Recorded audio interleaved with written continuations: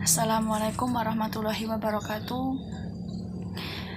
Kami kelompok 1 ingin mempresentasikan materi tentang introduksi metodologi penelitian. Kelompok 1 yang terdiri dari Lia Paramita, Sakina, dan Aditya Albarashid.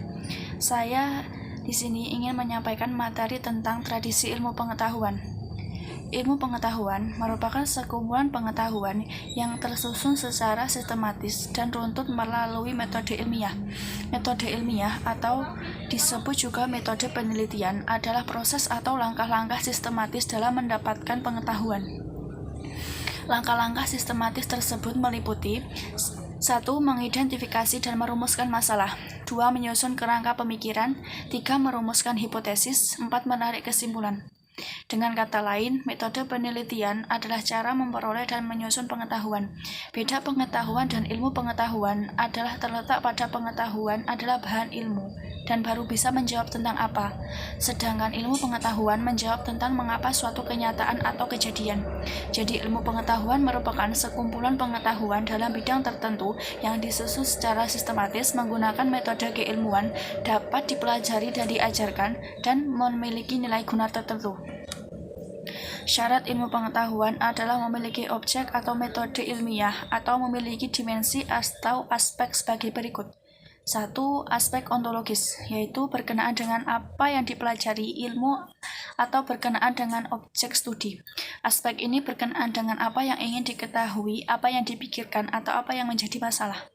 2. Aspek epistolomis, berkenaan dengan bagaimana ilmu pengetahuan objek studinya dengan menggunakan metode tertentu, yaitu metode keilmuan atau metode ilmiah yang didukung oleh sarana berpikir ilmiah.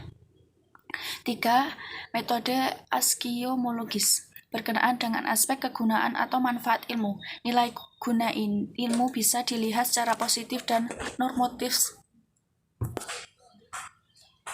Secara positif, nilai guna ilmu adalah untuk mendeskripsikan, menjelaskan, dan memprediksi berbagai fenomena yang sesuai dengan pertimbangan ilmu.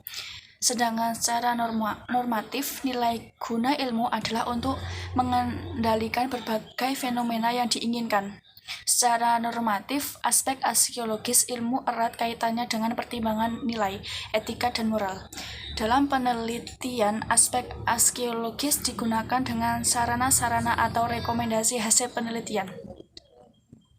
Kemudian, landasan filosofis dan urgensi penelitian dalam dunia ilmiah.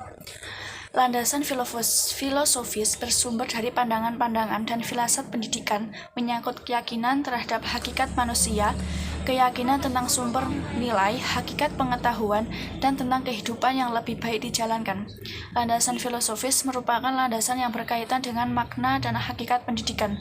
Landasan filosofis adalah landasan yang bersifat filsafat atau falsafat.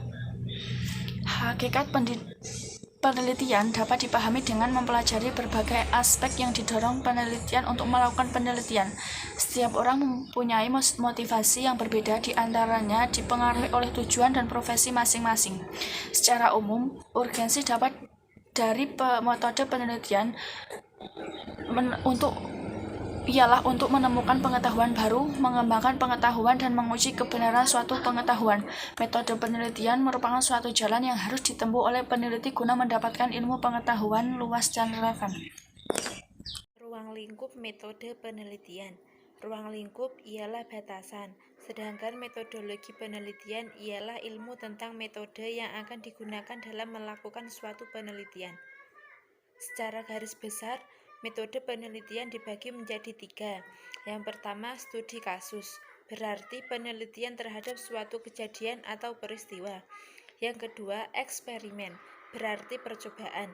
Metode eksperimen berarti metode percobaan untuk mempelajari pengaruh variabel tertentu ke variabel lain.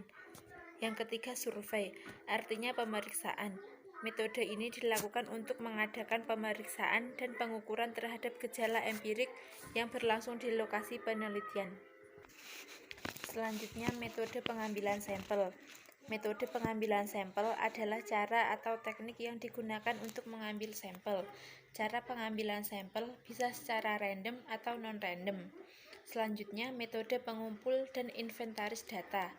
Ada 3 metode pengumpulan data, yaitu wawancara, observasi, dan kuesioner. Ya, di sini metode penyajian data. Beberapa konsep menyediakan data dalam penelitian ini tersaji dalam beberapa bentuk, antara lain grafik. Tampilan ini digunakan untuk menunjukkan tingkatan atau kondisi sebuah perkembangan yang memiliki nilai, sehingga diketahui perkembangan sebuah kondisi atau proporsi sebuah kondisi yang dapat ditampilkan dalam diagram yang memiliki nilai. Tabel digunakan untuk menunjukkan data yang sifatnya tabular, seperti data SWOT dan strategi rencana perluasan pelabuhan Jambi. Kemudian ada peta, digunakan untuk meninjau sebuah kondisi sehingga jelas kondisi pengembangan wilayah. Data yang dapat dipetakan biasanya memuat unsur administratif lokasi. Secara isi, peta yang disajikan dalam penelitian ini bersumber dari standar peta Bakosur Tunal dengan kedetailan 1:50.000. Kemudian metode analisis data. Data yang telah peneliti kumpulkan selama mengadakan penelitian perlu diolah dan dianalisis dengan penuh ketelitian, keuletan, dan secara cermat sehingga mendapatkan suatu kesimpulan tentang objek-objek penelitian yang baik. Menurut Nazir tahun 1983, analisis data adalah pengelompokan, membuat suatu urutan, memanipulasi, serta menyingkatkan data sehingga mudah untuk dibaca. Berdasarkan definisi tersebut, analisis data dapat dikatakan sebagai suatu cara untuk mengolah dan memaparkan data secara terorganisir dan sistematis. Macam-macam data penelitian. Data kualitatif adalah data yang dinyatakan dalam bentuk kata, kalimat, sketsa, dan gambar. Data kuantitatif adalah data yang berbentuk angka atau data yang diangkakan.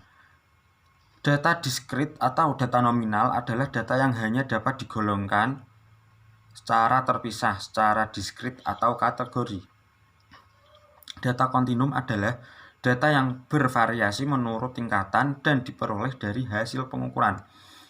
Ordinal adalah data yang berbentuk ranking atau peringkat. Interval adalah data yang jaraknya sama tetapi tidak mempunyai nilai 0 atau mutlak. Rasio adalah data yang jaraknya sama.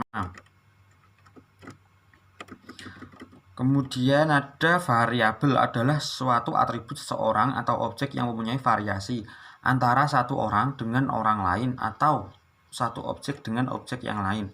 Adapun analisis yang digunakan adalah analisis induktif dan deduktif. Analisis induktif yang artinya dengan menguraikan peristiwa-peristiwa atau data-data yang bersifat khusus untuk kemudian mengumpulkan dengan bersifat general. Sedangkan analisis deduktif artinya menguraikan peristiwa yang bersifat umum untuk kemudian mengumpulkannya dengan sifat yang khusus. Jadi analisis merupakan langkah lanjut dari kegiatan pengumpulan data dan terkumpul, diolah dan dianalisis dengan maksud agar data mempunyai arti, mampu dan memberikan keterangan populasi. Demikian presentasi dari kelompok kami. Mohon maaf jika banyak kesalahan. Wassalamualaikum warahmatullahi wabarakatuh.